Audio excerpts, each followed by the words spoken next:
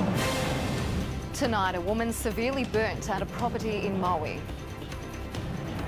Assurances the Victorian greyhound racing industry is safe. And an increase in regional drug possession rates. Good evening, I'm Amy Duggan. Also tonight, a push to get more Asian tourists to East Gippsland.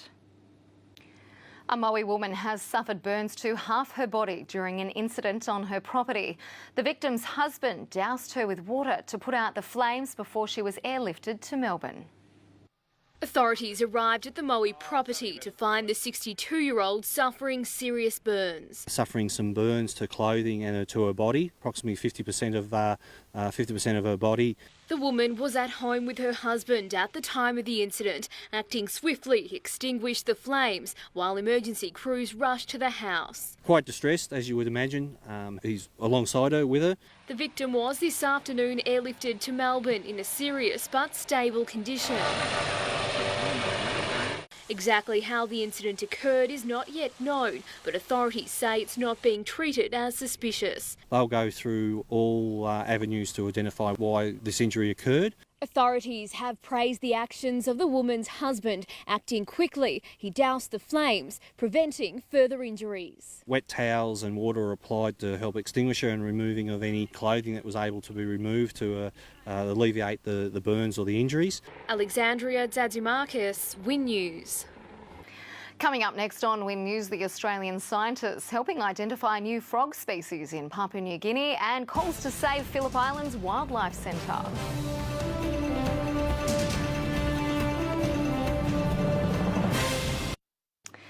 Welcome back. You're watching Win News. A wildlife rescue centre on Phillip Island is in need of its own rescue. The not-for-profit Wildlife Rescue and Carers Shelter has run out of money and now faces closure. In the past 5 years, operators Kayleen and Colleen have entirely funded the rescue centre. The 24-hour shelter, which responds to around 1,000 calls a year, needs $20,000 annually to cover its costs. The not-for-profit facility is calling on the community to lend its support by visiting its GoFundMe page. 6 young Victorians have made history successfully passing a bill through Victoria's Parliament House. The group is now calling on Education Minister James Merlino to approve a compulsory program in all schools across the state in a bid to tackle racism. These young Victorians defy those who believe you should be 18 or older to have a say when it comes to shaping Australia. I think it's really exciting for some of the older members in our community to see that we're off arguing important things in Victorian Parliament. Victorian MPs recently backed their plan to tackle racism during a visit to Parliament House. Our group felt that it was necessary to implement this bill after being confronted with casual racism within our community. The group discovered 1 in 5 students fell victim to cultural discrimination. Our team got together and we were like, how do we stop this? How do we educate our youth? And we were like, obviously the answer is through education. Education Minister James Merlino will now consider grades 3 to 9 hosting a compulsory cultural literacy education program. They learn about different cultures, different religions. They're not brainwashed or told to believe these things, but it's just about they gain a broader understanding of different cultures throughout the world. The Youth Parliament of Victoria program provides more than 100 young people with the opportunity to take over the chambers of Parliament and debate their ideas for a better future for young Victorians. More than 25 bills have become Victorian legislation since the program started almost 30 years ago. Kathleen O'Connor, Win News. Time for Friday Sport now with Tim Robinson, and Central Gippsland names its tennis team for the Frank Sedgman Cup, Tim. They do, Amy, and the team will be hoping to improve on last year's 3rd place. And 2 of Gippsland's footy stars to line up for Vic Country this weekend.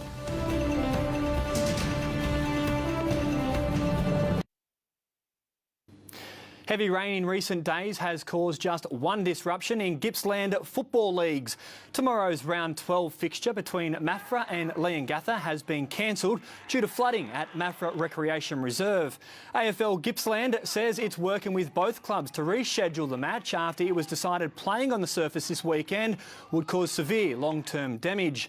Wyong and Buchan's football ovals remain underwater, but luckily neither had a home game scheduled this weekend. Two of Gippsland's best footballers will represent Vic country in Sunday's AFL Community Cup contest in Melbourne. Traralgon's Mark Collison and Druin's Bob McCallum are among the stellar lineup set to tackle Vic Metro. And Amy, that is all for Friday Sport. Thanks very much, Tim. Have a great weekend. The weather will be next where rain is easing over the weekend, but daytime temperatures will also get slightly warmer.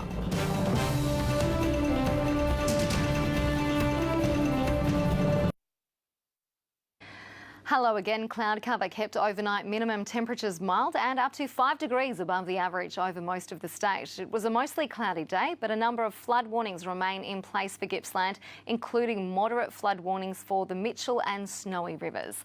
Let's have a look at the details though for the region. Mallacoota was one of the warmest places in the state today, believe it or not, getting up to 16 degrees. Orbost 15, Lakes Entrance 13, Bairnsdale 12 and just 10 in Omeo. Sale 14, Traralgon hit 13 with a few drops of rain. Morwell 13, Leongatha 15, 13 down at the Prom, Wonthaggi 15 degrees. On the satellite, cloud over northeastern parts of Victoria with an upper trough is generating areas of rain.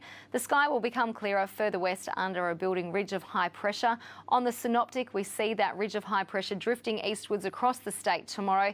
Then that low pressure system and associated cold front we spoke about yesterday will reach Victoria Sunday night and early Monday. At the lakes, a partly cloudy day with the chance of a shower. The wind's getting up to around 10 knots. The forecast is for a partly cloudy day with areas of morning fog. There is a slight chance of a shower about the ranges and some snow possible above 1,500 metres. Mallacoota 15, Orbost 15, the same for Lakes Entrance and Bairnsdale, 12 in Omeo tomorrow. Sale should reach 15, and as we move down towards the Prom, 14 for Yarram and 12 for the Prom. Morwell 14, the same for Leongatha and Wonthaggi. For Traralgon tomorrow, partly cloudy with patchy morning fog and the slight chance of a light shower at the top of 14 degrees. Melbourne, early fog, mostly sunny day there, also at the top of 14. And in the days ahead, Sunday a shower or two, Monday cloudy with showers, and Tuesday those showers continue. And that's how we saw the news in Gippsland this Friday, July 8. Join us again on Monday night from 6 o'clock. You can follow us on Twitter and Facebook as well. Stay with us now for The Project. I thank you for your company this week and thank you for watching Win Television. Enjoy your weekend. Good night.